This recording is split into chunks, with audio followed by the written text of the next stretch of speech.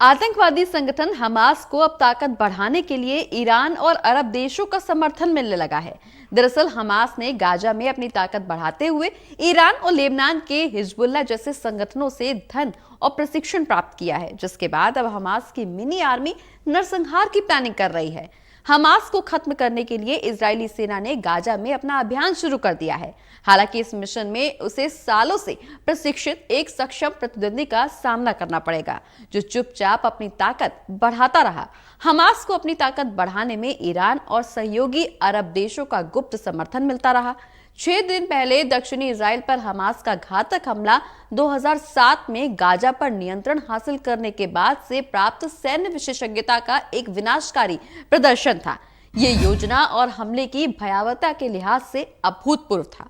Hamas के एक सरगना ने कहा कि आवश्यकता आविष्कार की जननी है।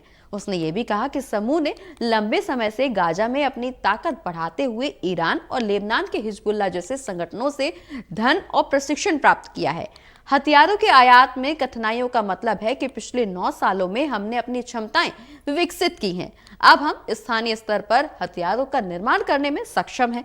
बता दें कि 2008 के गाजा युद्ध के समय हमास के रॉकेटों की अधिकतम मारक क्षमता 40 किलोमीटर थी, लेकिन 2021 के संघर्ष तक ये बढ़कर 230 किलोमीटर पर पहुंच गई थी। हमास से परिचित लोगों ने बताया कि 36 साल पहले इजरायली कब्जे के विरोध में इसने अपना पहला पर्चा जारी किया था। आज उस छोटे फिलिस्तीन समूह की पहचान एक गुप्त और विशाल संगठन के रूप में है। हमास से परिचित एक व्यक्ति ने गाजा में बताया कि आज उसके पास अपनी एक सेना भी है।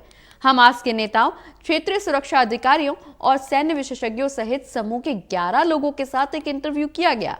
इस इंटरव्यू के अनुसार आज ये गुप्त और विशाल संगठन उस छोटे फिलिस्तीनी समूह से पहचाना नहीं जा सकता है, जिसने 36 साल पहले इजरायली कब्जे के विरोध में अपना पहला पत्र जारी किया था। गाजा पट्टी में हमास के करीबी एक सूत्र ने कहा कि वो एक छोटी सेना है। हालांकि सूत्र ने मामले की संवेदनशीलता के कारण नाम बताने से इनकार कर दिया। उन्होंने कहा कि समूह के पास साइबर सुरक्षा सहित कई विशेषज्ञताओं का प्रशिक्षण देने वाली एक सैन्य अकादमी भी है। 40,000 मजबूत सैन्य विंग के बीच एक नौसैनिक कमांडो इकाई भी मौजूद है। वहीं रिपोर्ट्स के मुताबिक 1990 के दशक में हमास के पास 10,000 से भी कम लड़ाके थे। एक क्षेत्रीय सुरक्षा स्रोत के अनुसार समूह ने 2000 के दशक की शुरुआत से गाजा के नीचे एक सुरंग नेटवर्क का निर्माण किया था, ताकि लड़ाकों को भगाने, हथियार कारखाने स्थापित करने और विदेशों से हथियार लाने में उन्हें मदद मिल सके।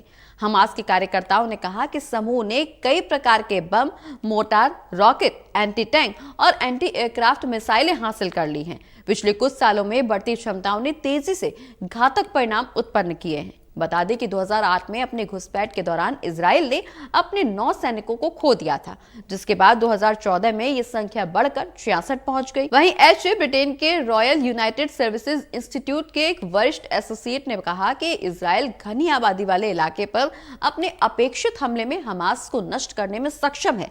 लेकिन यहाँ सवाल ये नहीं है कि ये संभव है या नहीं, यहाँ सवाल ये है कि बाकी आबादी पर किस तरह पार पाया जाएगा, क्योंकि हमास समुद्र में किसी द्वीप पर या रेगिस्तान में किसी गुफा में नहीं रहता है। अमेरिका स्थित गैर लाभकारी यहूदी संस्थान के अनुसार 2021 में सबसे हालिया गाजा युद्ध के बाद हमास और फिलिस्तीनी इस्लामिक जिहाद नामक एक संबंध समूह अपनी मिसाइल सूची का 40% बरकरार रखने में कामयाब रहा, जो इजरायलियों का एक प्रमुख लक्ष्य था।